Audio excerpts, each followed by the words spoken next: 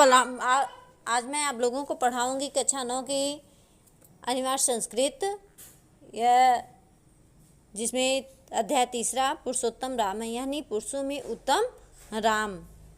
इसका पहला वीडियो मेरा आप लोग देख चुके हैं। यह मेरा सेकंड पार्ट है इस चैप्टर का। आइए हम चलते हैं अगले श्लोक पे। पहले वीडियो में मैंने 5 श्लोक पढ़ाए थे। आइए अब हम 6वें से चलते हैं।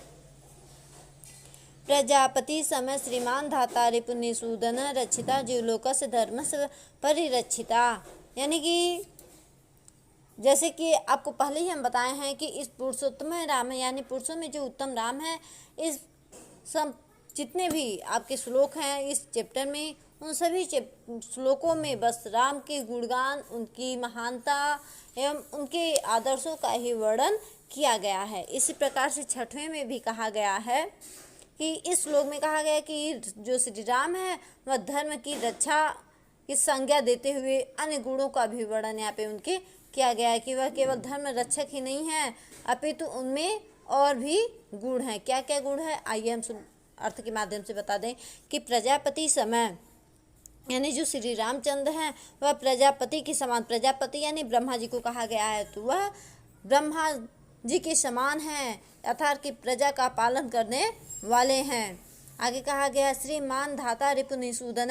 श्रीमान यानी कि श्रीमान होता है, श्रीमान होता है लक्ष्मी को संपन्न, यानी लक्ष्मी को धारण करने वाले, लक्ष्मीवान हैं।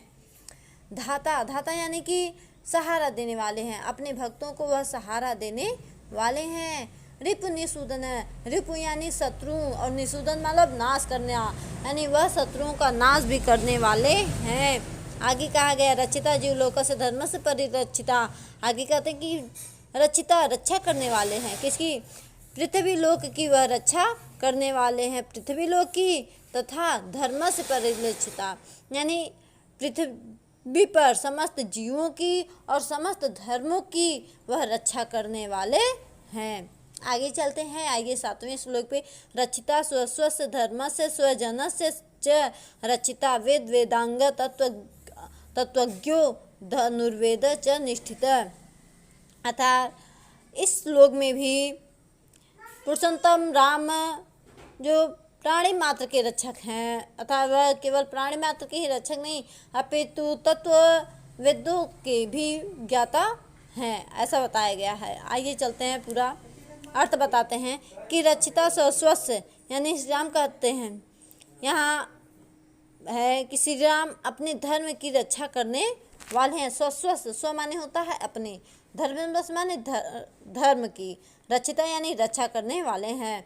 श्री राम अपने धर्म की भी रक्षा करने वाले हैं। स्वजनस्य च रक्षिता, तथा अपने जनों की भी रक्षा करने वाले हैं। वेद वेदांग तत्वज्ञो, यानी कि वेद के अंगों, अर्थात कि वेद वेदांग अंगों, यानी कि जो समस्त वेद हैं, यानी अथर्ववेद, ऋग्वेद, अथर्ववेद, यजुर्वेद और सामवेद, तथा वेदांगों यानी कि वेदांग का मतलब हुआ कि जैसे व्याकरण, छंद, शिक्षा आदि कि यानी कि हर तत्वों को वह जानने वाले हैं। धनुर्वेद च निष्ठित, निष्ठित यानी कुशल हैं, किसमें? निपुण है, किसमें?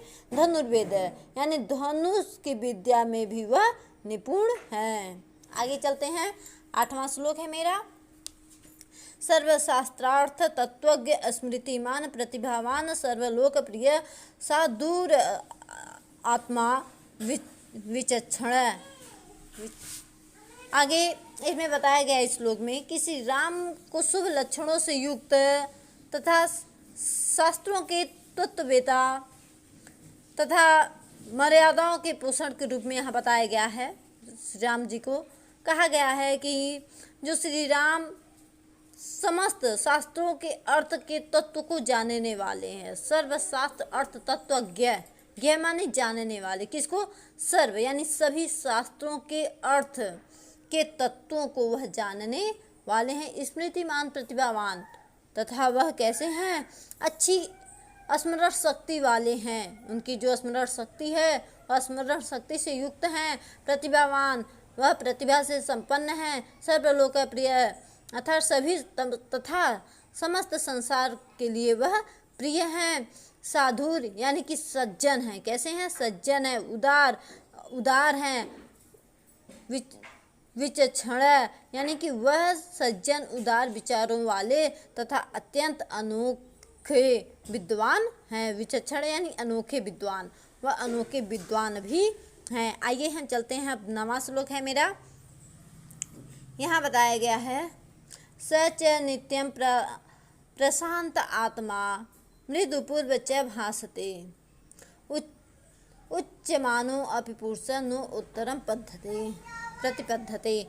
यहाँ बताया गया है कि नित्यम यानी हमेशा, प्रशांत आत्मा यानी शांत चित्त वाले हैं, मृदुपूर्वे च भासते यानी मृदु माने मधुर, भासते माने बोलने वाले हैं। यानी कि इस श्लोक में श्री राम के मृदुभाषी व स्वामिनी मतलब स्वाभिमानी भाव को बताया गया है। कहा गया है कि श्री राम सदैव शांत चित्त वाले हैं, मधुर वाणी वाले हैं, मान प्रतिष्ठा भी सर्वोपरि तथा सर्वश्रेष्ठ होने पर भी कठोर वचन नहीं करते हैं। उच्च मानो अपि पुरुषोत्तम नो उत्तरम पद्धते, यानी कि ऐसा होने पर भी, कैसा कि सर्वोपरि तथा सर्वश्रेष्ठ होने पर भी वह कठोर वचन नहीं करते हैं। अर्थात मेरा कहने का अर्थ है कि दूसरों के कठोर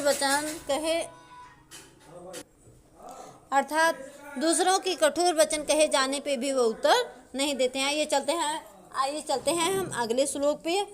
कदाचित उपकारेण कृत एकेन तुष्यति न स्मरत्यपरायणाम सतमप्यसक्तया। यानी यहाँ बताया गया है इस श्लोक में कि जो श्री राम की यहाँ अद्भुत चरित्र को दर्शाया गया है। कैसे, आइए बताते हैं श्लोक के माध्यम से कि इस श्लोक का अर्थ है कदाचित उपकारेण, मतलब श्री राम कभी किए गए एक उपकार के द्वारा ही संतुष्ट हो जाते हैं।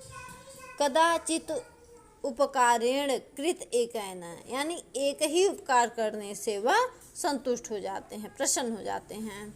तुष्यन्ति यानी प्रसन्न हो जाते हैं। न स्मरन्त उपकारिणाम, आगे कहते हैं, तथा अपने प्रति दूसरों के द्वारा किए गए सैकड़ों अपकारों व अप्रिय कार्यों को भी वह स्मरण नहीं करते हैं। मतलब कि अगर किसी के द्वारा कोई अपकार कर दिया जाए तो भी उसे वह अपने हृदय में रखते नहीं हैं, तब वह उसे भूल जाते हैं। आगे कहते हैं, सर्व विद्याव्रत स्नातो यथावत सांग वेद विद अमोघ क्रोध हर्ष च त्याग संयम कालवित। आगे इस श्लोक में श्री राम के वेदों का ज्ञाता एवं तीनों कालों को जानने वाली दिव्यात्मा के रूप में दर्शाया गया है। इसमें कहा गया है, श्री राम जैसे सभी विद्याओं और व्रत संकल्पों में निपुण है, वैसे ही सभी अंगों सहित वेदों के भी जानकार हैं। यथा वसांग वेदविद, यानी कि सभी वेदों के जानकार भी हैं। आगे कहा गया है, अमोघ क्रोध हर्ष च, यानी कि वे क्रोध और हर्ष से रहित हैं। त्याग संयम कालवित, यानी त्यागशील संयम रखने वाले हैं। तथा तीनों काल यानी समय, यानी तीनों